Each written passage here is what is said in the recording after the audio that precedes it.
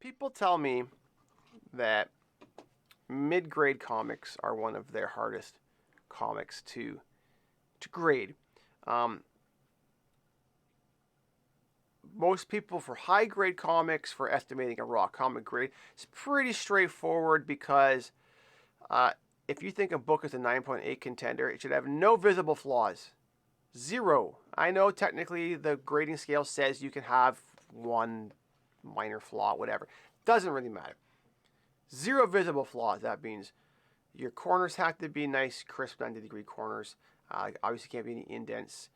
Even wrinkles, like brand new books that are come off the press wrinkled, not 9.8s. Creases, spine ticks, color breaks, color rubs, color chips, anything. If you can see something, it's not a 9.8 contender.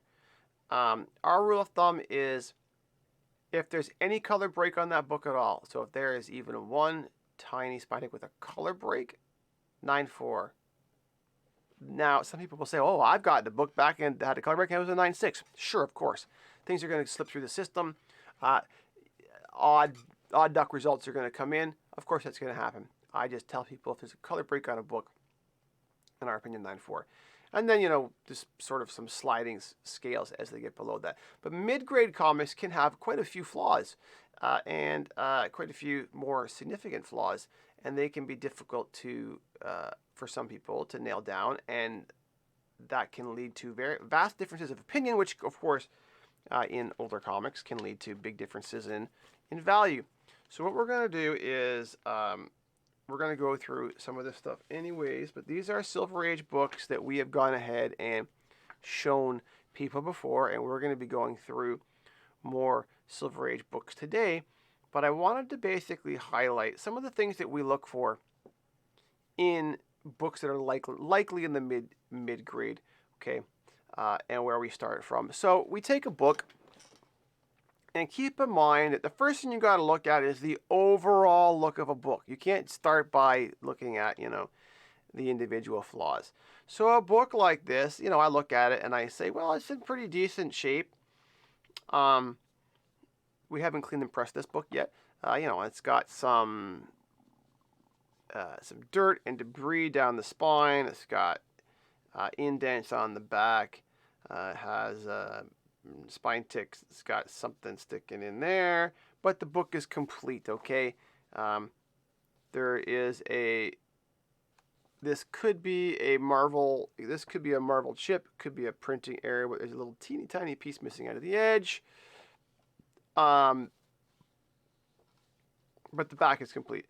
Front, on first blush, looks like there is a piece missing out of the corner. There actually might not be a piece missing out of the corner. We got to check the inside, and there is not a piece missing out of the corner. It's just folded over, and then there's an edge tear here.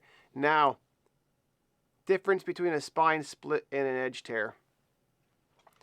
6 to 1, half a dozen of the other guys.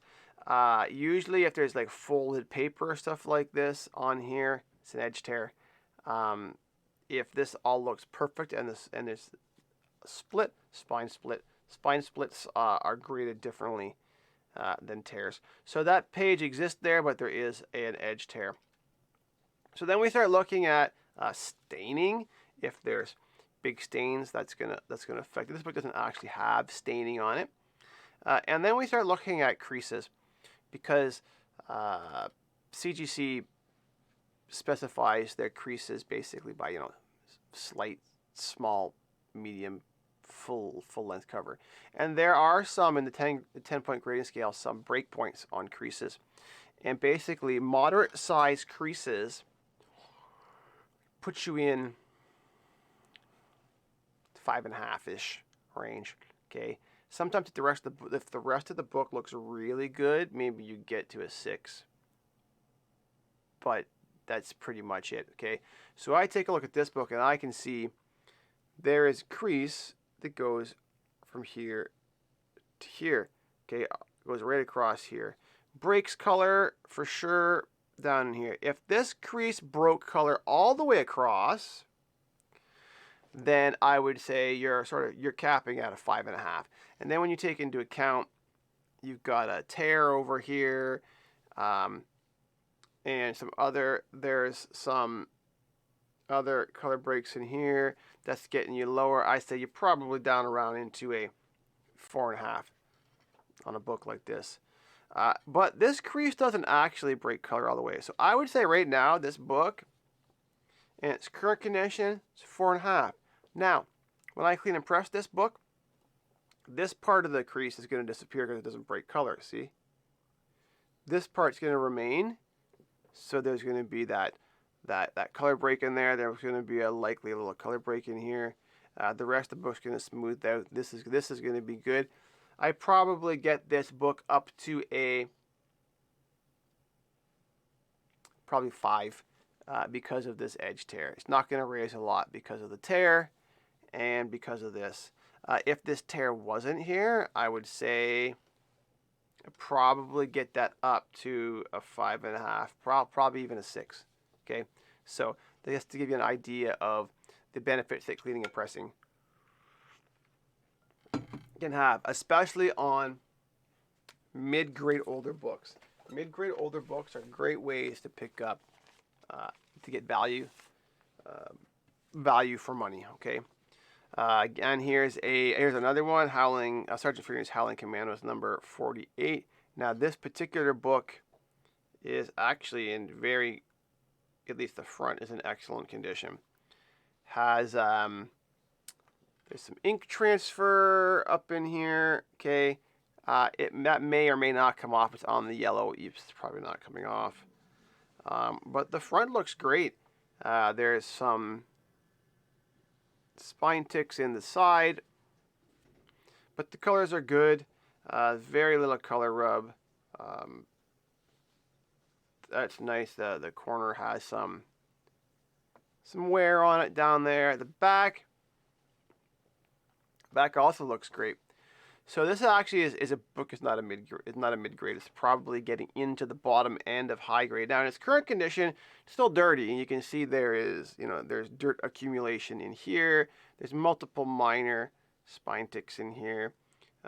There's a little bit of bending. It's hard to see up in here. It doesn't break color. So I would say in this book's current condition, it is likely a 7. I'm going to clean and press this book, and I bet you it comes up to a, even with that stuff on the spine, I bet you it comes up to an 8 VF, maybe even a VF plus. So again, good value on basic cleaning and pressing to increase the value of an older mid-grade book.